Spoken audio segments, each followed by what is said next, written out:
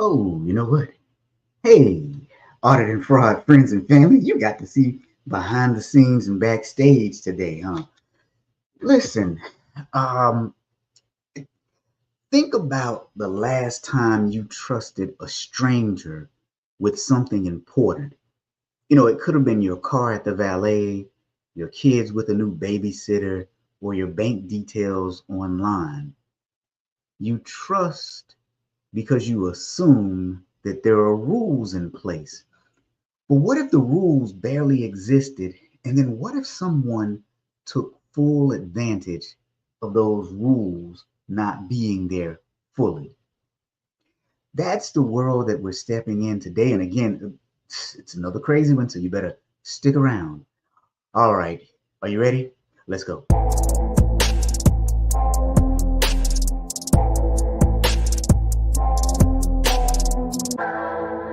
Welcome to the Friday Fraudster podcast. Join them as they discuss sad, funny, and sometimes disturbing fraud stories. Be sure to catch past episodes on your favorite podcasting platform or go to www.fridayfraudster.com.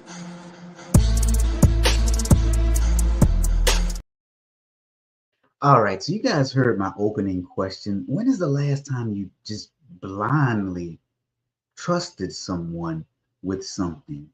Whether it was the valet, because some of us go to places where you have to get your stuff valeted, your kids with a babysitter. What was the last time you had to trust someone to do what they should have been doing? That's my question I want to start off with. And so without further ado, let's bring up Thomas. Hey, happy Friday, everybody. What's going on, man? And Stephanie, happy Friday to you, my friend. Happy Friday to you. So, when's the last time, man, that you had to trust someone with something? I was trying to think about that when you did the intro. I can't think of like blindly trusting somebody. We did have an instance where we just recently where we trusted someone in a situation we shouldn't have, but everything ended up playing out okay. So we were on a road trip back to our house. We'll call it the middle of nowhere, USA, and we stopped at a McDonald's to grab a bite. And I go to the restroom. When I come out, I see this guy talking to my family. And being the husband and the dad, I'm immediately, a little bit security conscious, but I noticed that this young man is several steps away from the table in a respectful manner. So I was like, okay. So long story short, everything ended up being just fine. But at one point, a phone was handed to him so where he could help find something on Facebook. And a little while later, driving down the road, I realized that a lot of us have wallets attached to the back of our phone. There you go. And so technically, the phone and the wallet had been handed to this gentleman for him to help with something on Facebook. And everything ended up being okay. But there was a panic moment there of we just handed a wallet to a stranger. So yeah, been there, done that. It was a great teaching moment for the kids. How about you? Yeah. Well, so I think it happens more often than we are aware of, right? So whenever we take our car to the shop, when you go to a mechanic, you assume that there are rules in place and that people will follow the rules and that they will do things that are in your best interest. Matter of fact, I forgot about this, but I was telling you yesterday something interesting happened to me. So, okay. So I drive a hybrid vehicle. So Thomas already knows this. So this is for everybody else. So I drive a hybrid vehicle. And the hybrid vehicles, well, the way mine is set up, it has two different batteries. It has a standard 12 volt that you would see in most cars, the one that you have to get jumped off. Then it has the hybrid battery. Well, the standard 12 volt battery, if it dies, it's only a couple $100. Now, the hybrid battery, on the other hand, it's anywhere from $3,000 to $7,000 if it goes out.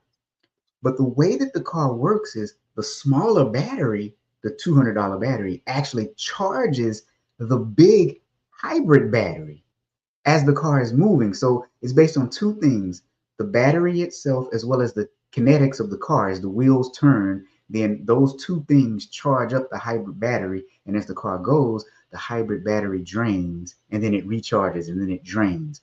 So, okay, now with that said, last year, or was it this year? Sometime within the last 7 to 12 months, the hybrid battery stopped working. And I get all these bells and whistles and alarms, and I take it to the dealership, and the dealership tells me it's going to be $7,000. And I'm like, you got to be kidding me. There's absolutely no way that I'm paying that much money for a battery. I mean, that's close to what I pay for a car. So then, though, I found this aftermarket battery specialist that said, we'll get you one for about $2,700 to $3,200. And so I was like, well, you know what? I don't like having car notes. My car has been paid off for quite some time. That sounds pretty good. But I didn't do it because I'm so busy. I just don't, you know how you take care of other stuff, but you don't really take care of yourself? Because the car still ran, just not on hybrid mode. Yep. Okay. So last week, I replaced that 12-volt battery because it died. And lo and behold, the hybrid battery started back working. Now, my working theory is the 12-volt battery was running so low that it couldn't charge up the hybrid battery. But why didn't the dealership tell me that? I entrusted them with something, and I would not have expected them to try and swindle me out of $7,000. I guess I should have if I'm an auditor, but anyway. Well, that was one bit of advice I was given whenever I bought my first house, was find a mechanic that's nearby that you can trust and build a rapport with them. So then, when you have something like that happen, they'll be able to point something like that out. So that's a common industry, sadly. But think about it. Even when we go to restaurants, we trust that the servers are going to fix our food and that they're going to bring the food back to us in an edible state. So we place a lot of trust in other people on a regular basis. Yep. A lot of trust. And so that's what got me thinking about, when systems are built to help, at what point do we stop trusting blindly and start demanding truth or proof? That's a good point, but you also don't want to cross the line and offend, right? Like you and I, we work together, we have great rapport, we have trust between each other. It's going to be natural, though, to confirm, hey, did you do this? Did you do that? But where do you cross that line of, hey, do you trust me or do you not? Yeah. And I think that's something that we all wrestle with. And I think that's how frauds typically occur, too, because you're trying to balance that fine line. I don't want to step on their toes, but yet they're here to help me. Yeah. And so, Bob is spot on. They gave me the easy and most profitable answer. Although here's what I will say. That was my first thought. But then, Bob, I will say, I think they gave me the most profitable answer because they didn't give me the easiest answer. Seriously. And here's what I mean by that. If they had simply just plugged up a rectangular 12-volt battery, they would have seen that hybrid battery would have come back on. That was so easy. And if they are seasoned mechanics, they should have known that. So they gave me the most profitable answer. And there you go, Steph. Thank you. Stephanie says, I'm okay with offending people. Here's the thing. I think that nowadays so many people are offended by everything that the whole act of being offended is now overrated. Yeah. Like, it takes quite a lot to offend me because I'm always trying to think, okay, logically, does what the person is saying, does it make sense? So I won't or be does it at personal. least make sense from their perspective, right? Like you kind of put yourself in their shoes. Doesn't make sense for them. And then, it might skew your response a little bit. Right. So when do you get to the point that you advocate for yourself in life? Okay, now let me we're setting up today's story. So listen, today we're talking about a program in Minnesota that was supposed to protect and stabilize, but something very different grew from it. Now let's take a step back in the history. In 2020, Minnesota launched something new, a first in the country idea. And what they did was they used Medicaid to help vulnerable people. Now, it's already used to help seniors and those with mental illnesses and to help people overcome addictions, medical care, stuff like that. But what they did was they also added in this housing stability initiative. And so what that was doing was helping people to find homes, helping them to keep homes, and helping them to pay moving costs. It also offered them counseling and support surrounding how to get a home, how to maintain a home. And so it seemed pretty simple and it seemed compassionate. And in the state budget, they thought that it was going to cost them about $2.6 million. So what do you think? That sounds kind of noble, right? Who is this? Wait a minute. Who is this? Yeah, that's great. Okay. I was like,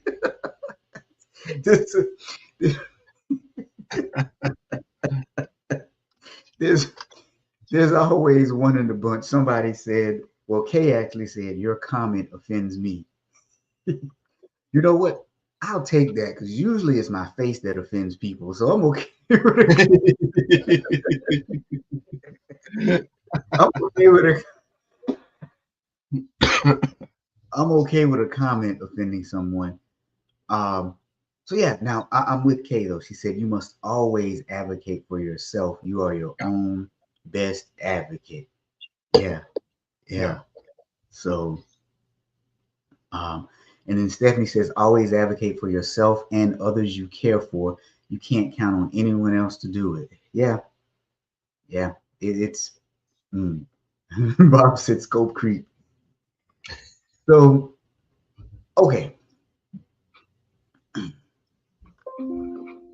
I'm with you, Bob. That is kind of scope creep for Medicare, Medicaid, Medicare, whichever one I just said. Medicaid, I'm sorry. That is kind of same thing, right? I mean, nobody knows it. But yeah, that is that is he was saying it's Christine that was saying they were offended by my comment, but it was K, Bob. It was K. I verified who it was. But no, but I'm with you. It is kind of scope creep for Medicaid to now start doing these things. But here's the beauty of living in the U.S. We have some legislation at the federal level, but then states are allowed to do what they please within limit to help their local citizens, right? Yeah. So $2.6 million is what they earmarked in 2020. Is what they said it was going to cost per year. Now, by the end of 2021, this got pretty big because they had already spent $21 million.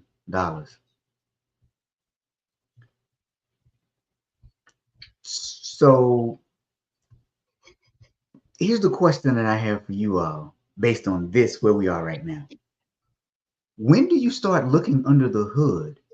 Because is it at 21 million? Is it at 40 million? And then at what point do numbers stop being signs of growth? You're helping more people. When do they stop being signs of growth and start becoming warning signs? And I really wonder if they have any kind of a trend analysis that they can do, right? There's got to be so many different programs out there providing services like this that if all of a sudden you see 2 million, 2 million, 20 million, and everybody else is 2 million, 2 million, 4 million, maybe you want to see what's going on here because there is either fraud or you want everybody else to do what they're doing, right? One of the two. So yeah, it's weird how they don't seem to have some kind of a trend analysis with this. Yeah. Well, and so let's dig into this for just 1 second though, because you make a good point. There is no trend analysis, but here's the deal. think about it. When it comes to nonprofits, there's this thought process: the more we spend, the more people we're helping. And so I said nonprofits, but also similar with government programs. The more we spend, that means we must be helping more people. Sometimes we forget to focus on quality within that too, right? Yep. Yep. Absolutely right. There you go, Kay. Any cost outside of reasonable and customary, right? So this is when things started to move real, real fast. So the number of providers, the people providing services, jumped. And so if you're running a program and you're in the state legislature, most of them don't know anything about fraud for real, you know. So they're thinking, if there are more providers, then we must be helping more people. But the paperwork rules were kind of loose and there was minimal oversight. And so there was a low barrier to entry. New providers could sign up very easily. And then the kind of clients that they were serving were people who were coming out of rehab who needed help immediately after a crisis. This reminds me of COVID times with PPP loans. Everybody was bragging about, hey, look how much money we're getting out there. Look how many companies we're helping. Nobody was saying, hey, how much fraud is going on with this? Now we're seeing it after the fact, obviously. But it's very, very similar. Well, it's almost like the companies that focus more on what your quarterly financials look like compared to your annual or even 5-year plans. Everybody is short-sighted, wanting to see positive stuff immediately. That is exactly where I was hoping you would go, because if not, I was going to take it there. Because remember, during COVID or shortly after, towards the end in 2021, we had a few stories, and I keep mentioning them because it's the same thing, where the state of Colorado and the state of Kentucky lowered their criteria for people getting the PPP loans, and they got the money out the door fast. And then the governor in Colorado actually said, well, we're not going to pursue the billions of dollars of fraud that they have been able to identify, because it would cost more to actually do the investigations and then prosecute the people. So did anybody, I remember all of that. I don't remember the results of some of it. Did anybody ever investigate that governor to see if there was any pocket money going to his pocket, his or her pocket? No, not that I'm aware of. Not accusing, yeah. just curious. Oh, okay. Yeah, and I can remember the episode because it was on the old background, and I put the Coors Light up because Coors was, based in Colorado at that point. Yeah, well, not at that point, but at one point in history, yeah. That good old flavored water. Yeah. Yeah, right. So now Bob is saying, was there any oversight or just approve and move on? Is the program still in place? Ooh, good questions. So there was minimal oversight, right? Very, very minimal. And Kay is saying, take a look at our own government. More spending has not equated to more people being helped. You're not wrong, Kay. You're not. And so, yeah. When does it get to the point where we really start asking questions? So. Well, but to take on Kay's point though for a moment, the money was being funneled or distributed by the government, but it was smaller organizations that were doing the work, because the government can never help a lot of people at one time. They're terrible at that, but that's why they utilize these type of services. But they also need to have that oversight to make sure our tax dollars are being spent appropriately. Yeah. Okay, so let's dig a little deeper, because in some instances they were just overbilling. So they were doing something for some people, and then they were just saying that they did more than what they had actually done. But then we learned something worse than that. Many of the providers weren't doing what they said at all. Some billed for services that clients never received. Some billed while clients were actually in stable homes. In other words, the service wasn't needed at all.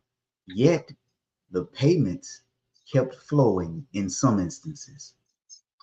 And that's where, don't you have to provide some kind of evidence? Where were the auditors? that's a line we haven't used in quite a while. Where were the auditors with all of this? My guess is not focusing on that because it was, and mind you, I'm saying this in context, it was only $2.6 million. When you think about a government's funding, it's in the billions.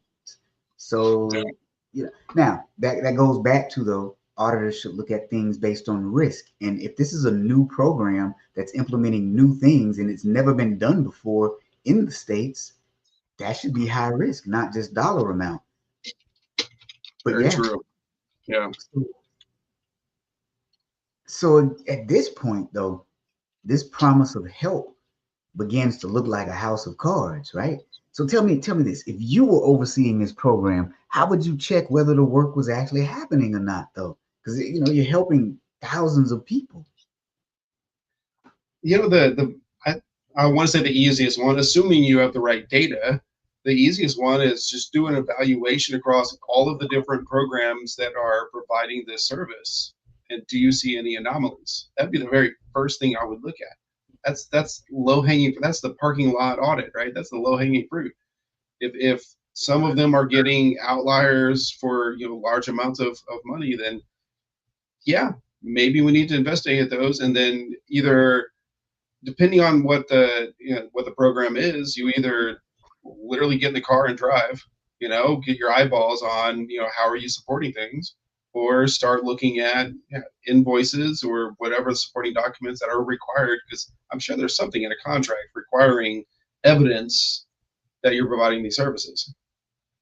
Yeah, but they could fake the evidence, right? Because some of the things that they were doing. But if you get away with it for a while, you stop caring as much about faking the evidence. Yeah. So, okay. So I'll give you an example. So in one instance, an individual said that he was doing research, wink, wink, to help somebody find a home. They were trying to find a house that was the most suitable house for that person. They didn't do any of that work and they billed for it. So where's the loop back to that person? Hey, here's what, kind of like how we get an explanation of benefits for our health insurance. Yeah. Where's that? And so Stephanie is saying, and that's why fraudsters keep on.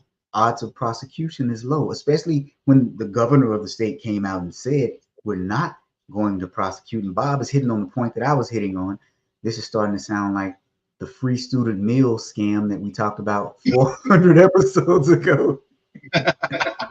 Yeah. All of these things. Go ahead. You're talking about the guy that was helping, find housing and not really doing that. I don't want to say that's immaterial, but I can see the argument of that's, one person scamming for a smaller amount is not as material, especially since I looked it up. The state of Minnesota has an annual budget of about $33 billion. So yeah, he's, as much as I hate to say it, he's not going to be relevant, how much he's doing. But if he's going through that same organization, the organization as a whole should have been hitting a red flag. Yeah. So now there's quite a few more interesting things within here.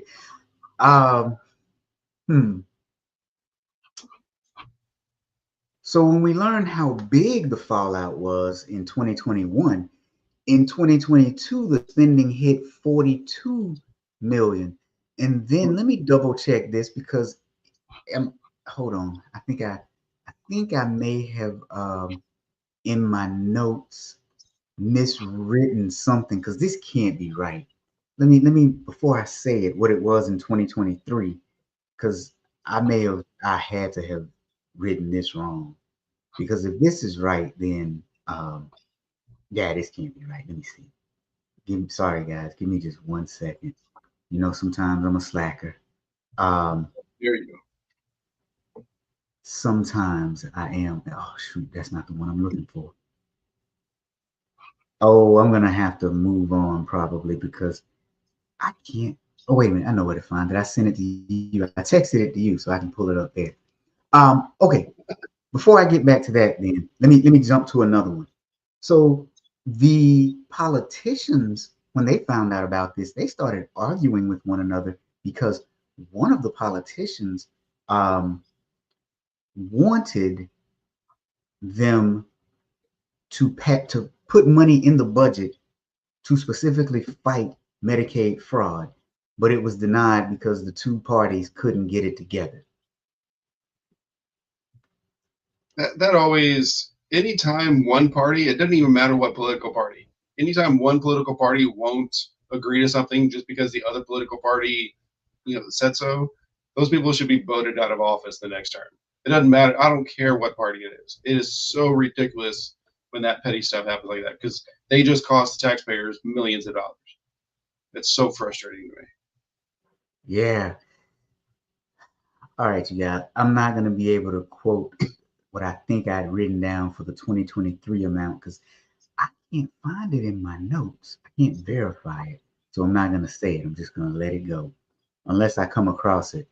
Okay.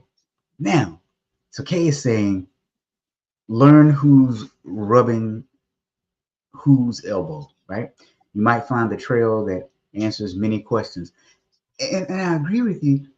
In these cases, though, I really think a lot of it is just lack of oversight and accountability. And some of it is, let's be honest, some of it is just being showy.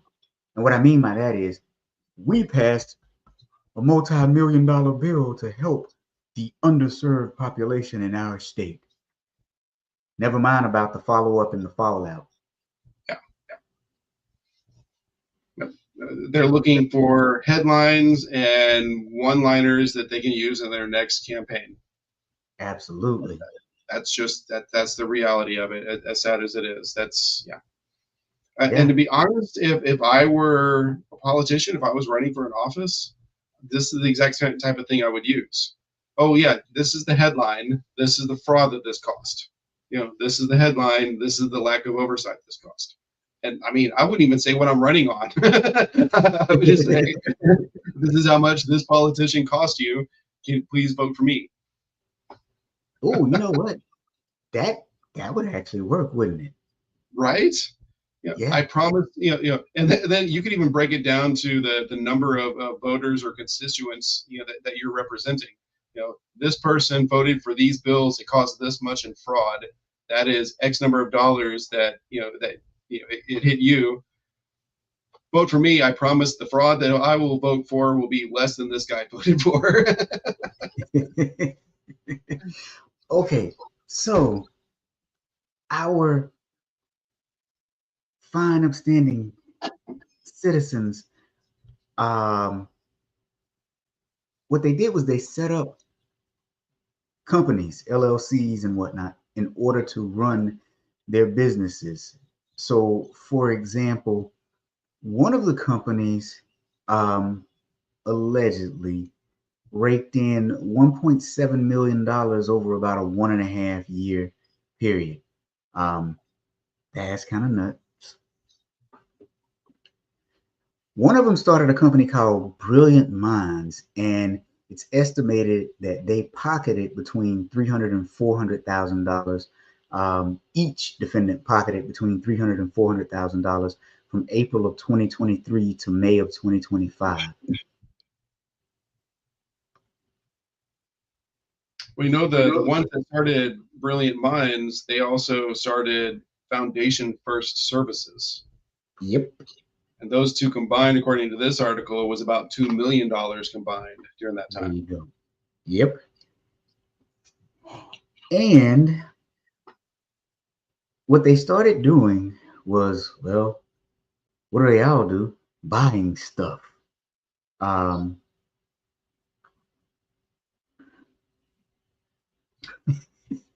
So speaking of buying stuff, because I was telling Rob about this earlier, so I might have mentioned a couple of weeks ago that I was in an accident. I have $1 million idea for anybody out there.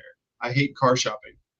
So just provide a service where they say, I need, these are the criteria I want, this is the price range, and you do the shopping for them. I would hate that right now. But sorry, so what kind of shopping do these guys do? Well, somebody bought a nice BMW. Right. Yeah, I don't want a BMW. That costs too much to keep up. Right, exactly. So, according to the feds, one of them diverted taxpayer dollars he received and he invested in real estate in Kenya. He leased an apartment in Roseville, Minnesota, and he bought the BMW. This one says lease a BMW. If you have that kind of money, why are you leasing it? Sorry, never mind. That's something Yeah, that's always a peeve of mine. But real estate in Kenya. So they're either from Kenya or Kenya is going to be the next, New York City, right? I mean, that's where you need to go invest in property. yeah, yeah, and that's what I was trying to figure out. Were they from there? Because the one guy got his brother into the business, so they kept it in the family, right? It was a family business. Uh, it was a family business, but they had a nice little website for clients and they had a meet our team page. And instead of having real employee names, they had placeholders that said caregiver name. That reminded me of the one. What was it, 2-3 weeks ago, where they had a nonprofit and they also had a church, and we looked at their church and they didn't even have, other than a cash app, that didn't even have a way to donate money, and they didn't have the address of where the church is to be able to attend the church. Yeah, Like, come on, crazy. people! If you're gonna have a website, don't be that lazy. Oh, you know what? Since I'm talking about it, let's go ahead and just show it. Hold on. Let's see. Share screen. Look at that. Wait, hold on. I hadn't put it up yet. Look at that. Meet our team. And what a great team it is. Caregiver name, position. Caregiver name, position. Caregiver name, position. And I'm sure those are legitimate employee pictures right there too. Of course they are. Of Course. course they are. That's awesome. So okay, so you asked how would I audit this, or how would I have caught this? At the very least, sit there, like, have an intern or have someone that's really lazy that likes to surf the internet. Just go to these websites. Hey, pick. You have a list of 100 of these providers. Go to 10 a day. Go to their website and see if they're legitimate. That another just easy red flag to pick up on this. Yeah. Yeah. Now, there's stories of people who eventually started to come forward when the local news outlet there started investigating. And one lady is actually quoted as saying they didn't do. Here's her story. It was winter in Minnesota. That alone just says no to me. Like, no. Yeah, cold. Nope. Yeah. She found a pamphlet, and the pamphlet said, need help with housing, housing stabilization services. And she recalled that the company was called Liberty Plus, which was another one of the organizations, right?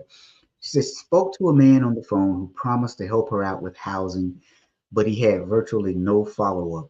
And so that winter, she and her dog spent it living out of her car. And this is what she said. To quote her, she said, to be just filled with hope, like, oh, we're going to get you housing. We're going to get you housing any day now. And you're sitting there in the cold thinking, any day now, any day now. And then that day never comes. When the news outlet got a hold of her, she was still homeless. She was staying with a friend. And then the interview was interrupted when an alert from the National Weather Service sounded warning of tornadoes. So she was homeless, living with a friend, and now tornadoes coming.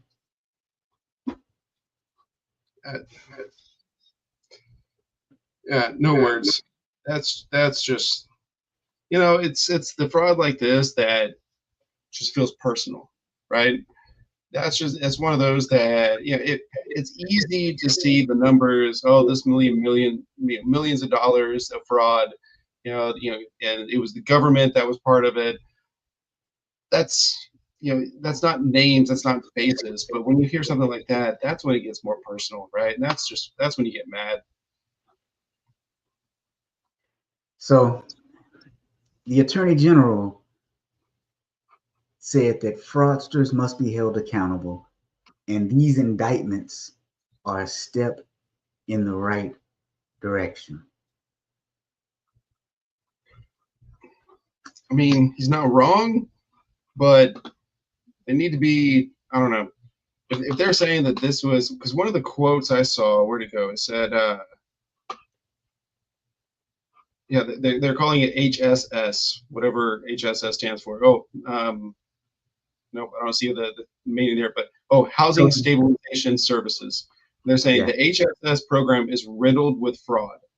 Okay, if it's riddled with fraud, I don't want to say I don't care, but I don't care about $2 million here, $3 million there. You need to be ramping it up and really going after all of it, right? Start with the low-hanging fruit, start with the big dogs, and just keep working it.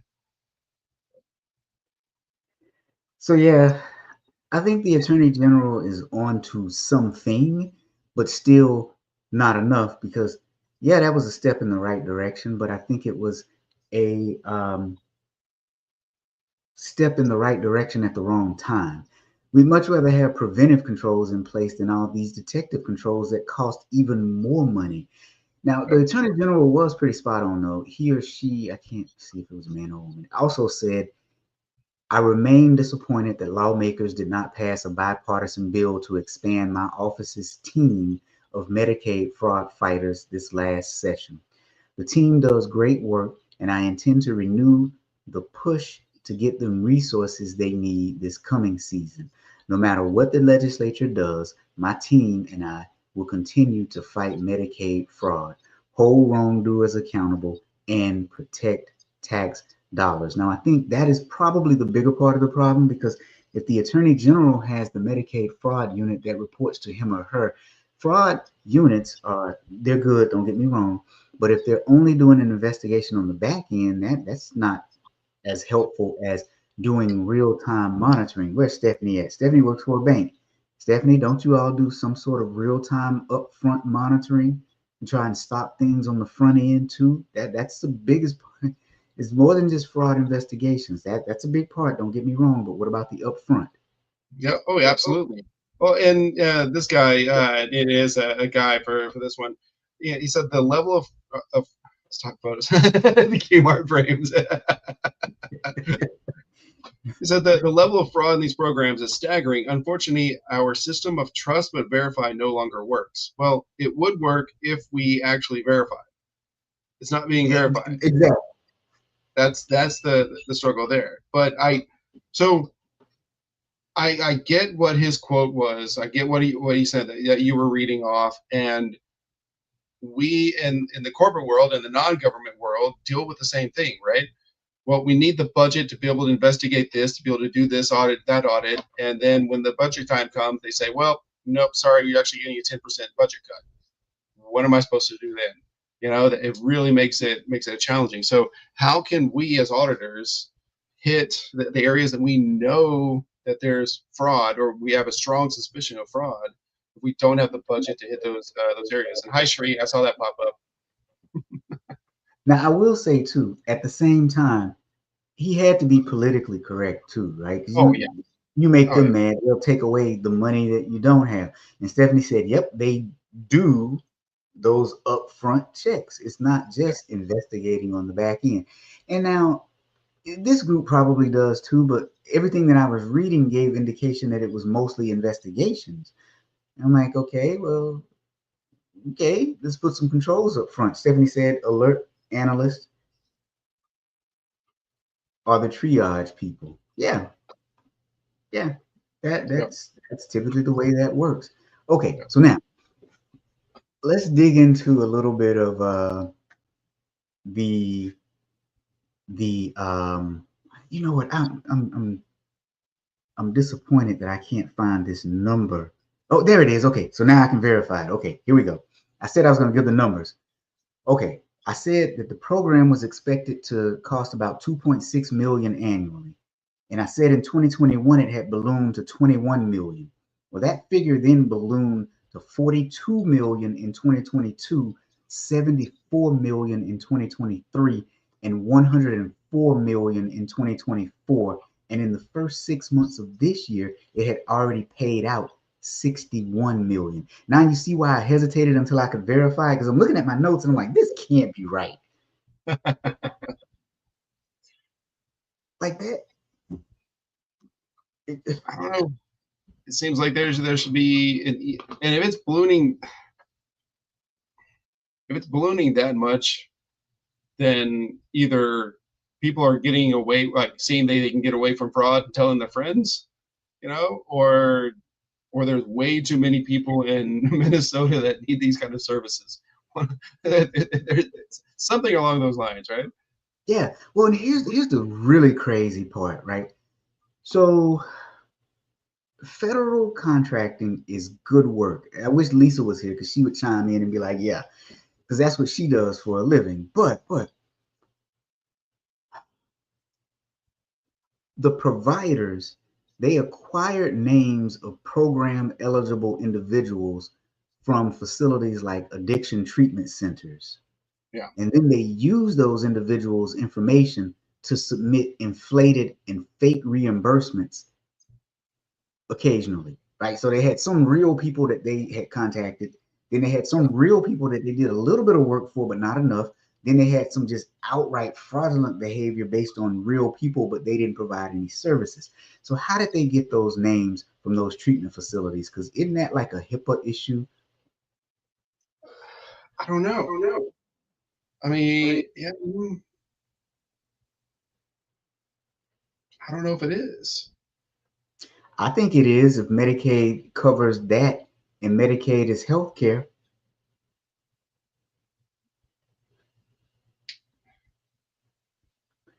I guess what I'm getting at is some people. Wondering though if you're not checking the box saying, yes, I would love some help from one of these rehab programs, sign me up. That's possible, but I don't even know if that actually exists, because usually if an entity is covered by HIPAA, you just opt out. But and Bob has got it, preying on the vulnerable. And then Kay says, and Kay is right, in finance, we must get educated, tested, background check, fingerprints, and licensed just to talk to people about their financial situations. And then government officials and affiliates should be required to go through something similar before they can access any funds or programs. Yeah. The description here was talking about companies would identify vulnerable individuals leaving drug or mental health rehab programs and sign them up for housing stabilization services. Now, if I were in this situation where I was in a drug or mental health rehab program, I'm going to assume here that they were in the program and they acknowledge they need help. Is what I'm going to make that assumption here. So you realize you've gone through this rehab. I need help. I probably don't have a job right now, so I need a place to live. I don't want to live on the street. Someone says, hey, we have a housing stabilization service. Would you like help? The answer is absolutely yes. So whether it's HIPAA or not, I mean, I could very easily see where they say, yes, I definitely need help, and keep going on, assuming they're going to be getting the help that they're hoping to get there. Yeah. Okay, so let's map out the money. Let's just map it out. Where it came from, where it went, what structures allowed it. So again, the program was supposed to cost 2.6, but by 2024 had billed over 100 million per year. Among the first wave of fraud charges, combined theft was 8.4 million by 8 individuals. So, for example, we talked Brilliant Minds Media pocketed 300,000 to 400,000, and then another individual at Leo Human Services, which that was kind of funny to me because his name wasn't Leo. So was he making fun of law enforcement by saying Leo? I don't know, but he used it. Yep. So yeah. So he then had spent a lot of money. So who was exploited by this? Medicaid and state trusts was exploited. Weak documentation requirements. There was a low barrier for providers, and then the vulnerable population. Well, they were not always able to verify services, is what they say. So So did you say that it ballooned to 100 million and they found 8 million in fraud? Yeah. So 8%, as I mean, and that's not what hasn't been found. That at least confirmed 8%. Yeah. Yeah.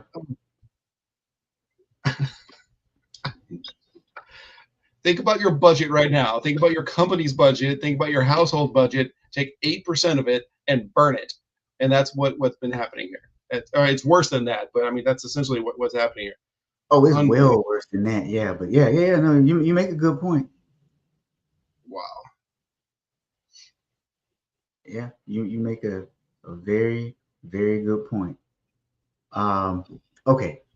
Let's see. Oh, goodness.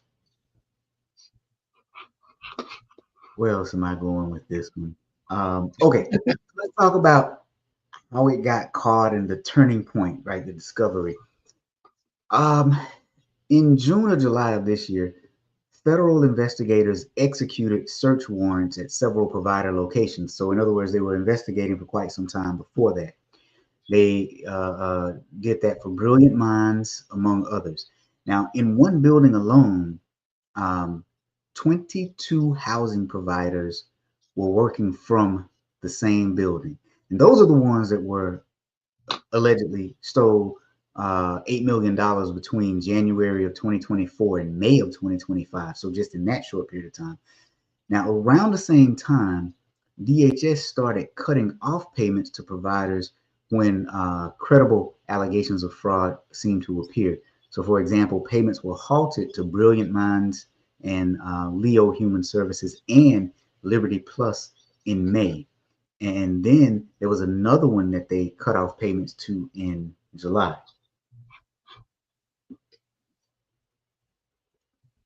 Say that last part one more time. So they cut off payments to Brilliant Minds, Leo, and Liberty Plus around May of this year. And then in July, they cut off payments to another one. Gotcha. Like, I'm glad that they're doing something, right? I'm glad that they're cutting these off. I did notice that, an investigation, obviously it takes time. I just hope they're just continuing, just keep. I would even go. You said there was 20 something in one building. I'd be hitting all 20 something. That would be the immediate assumption, right? I would hit all 20 something, and then I would look and say, is there anybody next door? Is anybody across the street? I would like use Google Maps and just start zooming out from there. Here's the thing that gets me.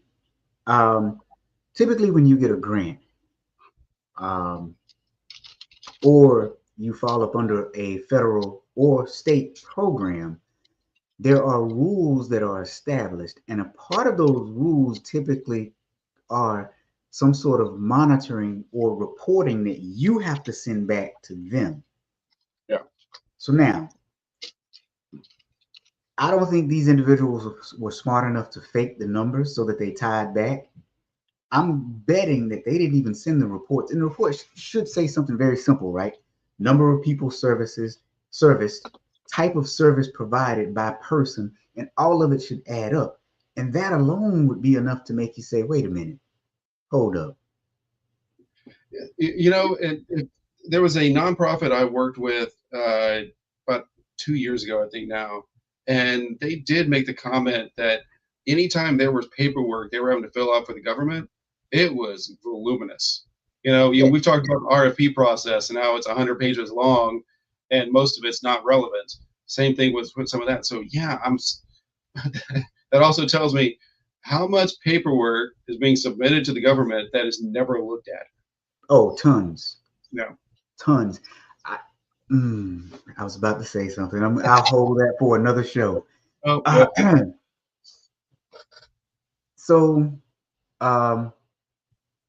another turning point was when the Attorney General's office and a few other federal agencies partnered and teamed up via search warrants. They started doing data analytics. They started doing interviews. But this came about because of public pressure and media investigations. So that played a significant role into it. So as the concerns grew, legislative changes were introduced, such as unannounced site checks. They required client signatures that, they actually did the service. Now, you could fake a client signature, but okay. Easily. Yeah, so, but yeah. Okay. Now, let's get to the legal meat of this. So here's what the charges are and what the penalties could be, and then what's at stake beyond just money. Charges: wire fraud, obviously, because they use electronic means to submit false or inflated claims for reimbursement. Notice that doesn't even talk about the money. That's just submitting it via electronic means. You had several defendants that hit that one. The potential fine for wire fraud is, well, 20 years in prison per count. Obviously, they are no longer eligible to be providers and they'll be banned from Medicaid. There could be civil penalties and their reputation would be ruined. But the real ripple effect of this is the lives impacted from the people who actually needed help. The people who had their funds, delayed, diverted, never arrived. And something tells me if they're doing this kind of fraud, they are willing to obtain false identities to just ramp it back up again. True. And we've had a couple where the fraud was happening from prison, if I remember correctly. So what would stop them from doing something similar, that way as well? Yeah, low opinion of these folks. So yeah, I could definitely see this being just continued in various ways. It's almost like the what was it? There's an establishment in the town that I went to college in, and they happen to sell alcohol and such. And every time they got busted for selling to minors, they just did a rebrand.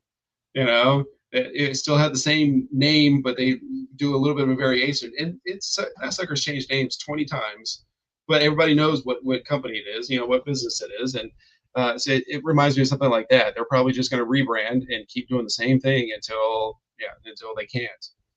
Yeah, Bob brings up a great question. Uh-oh, I wasn't even looking at it. Let me see. What did Bob say? Oh, yeah, I didn't see anything about restitution. That doesn't mean that they weren't ordered any, but I didn't see it. I think it's too early in the process to hit the restitution side. Yeah, you know what? Let me check one thing because that is something I try to check for because now I'm curious. But yeah, I think you're right, Thomas. It is early. Yeah, I mean, there's a picture. The article that you sent me. There's a picture of a reporter talking to this guy out in the parking lot, one of the accused. So, and the accused was getting into his BMW as they were talking. So, yeah, it's still too early to talk restitution. Hopefully, their funds have been frozen, though. You would hope so. So, yeah, no reports of restitution yet, but it is still early in the process at this point. Okay, so now, within this crazy, messed up case, I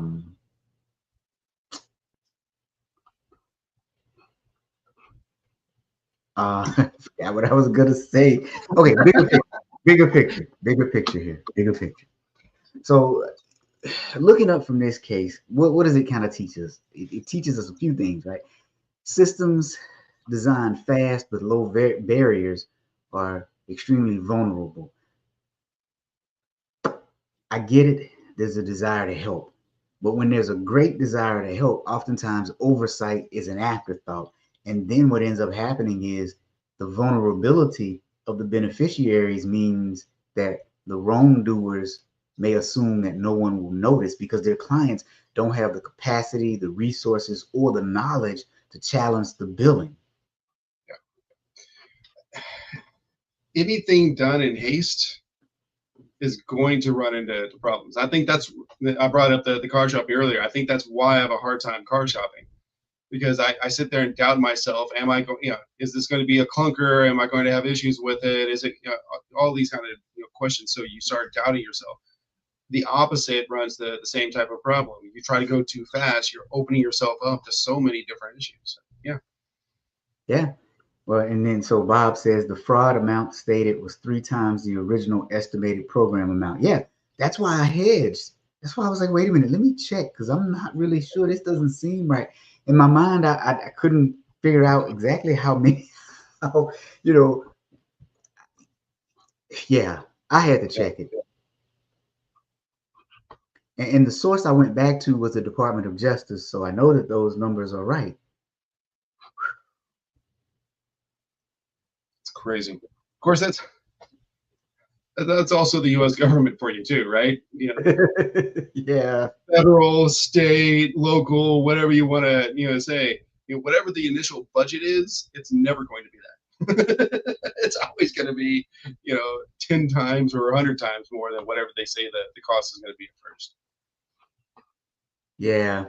And I think at the end of the day with this one is if you're entitled to help and you use a program, think about how would you make sure that the service actually got delivered. And then on the oversight part, every program needs to ask one critical question. How would you build the checks and balances so that when someone bills for help, the help is actually given? Yeah. I think that's your ultimate check and balance, right? It's just wild. Absolutely right. All right. I know we've ran into problems before in the internal audit world of how do you prove this? And in fact, one of the great parts of audit leverage is the question whenever we're doing the root cause analysis. It's like, is this root cause that you think it is it actionable? Can you audit this? Is there any kind of follow-up that can be done on this? And I think that's a valid, part of it. You're pulling something up, aren't you? Well, no, what I was about to say, speaking of audit leverage, we hadn't talked about her in a while. Audit leverage is the best AI platform for auditors built by yours truly. And it has a slew of tools in it to help you work smarter, faster, better. So go to auditleverage.net, check it out. If you have a pretty big team, you want a demo, call us up. We'll give you a demo showing you how you can save hours per week on your audit task. And he said a pretty big team. He means if you have at least one person out of this platform. Well, I was saying call us up. I mean, if you're one person, I mean, you could call us up, but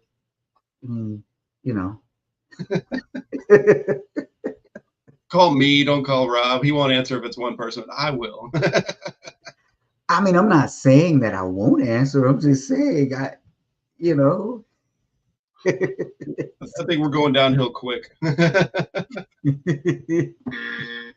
All right. So anything else on this one? Because I think we kind of beat the dead horse, or beat the horse until it is dead.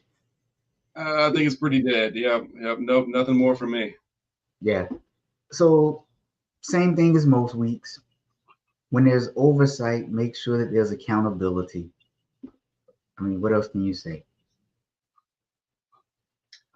All right. Thank you for joining us on episode 194 of, I almost said the other podcast, the Friday Fraudster, the house built on sand. We'll see you next week. Have a good week. And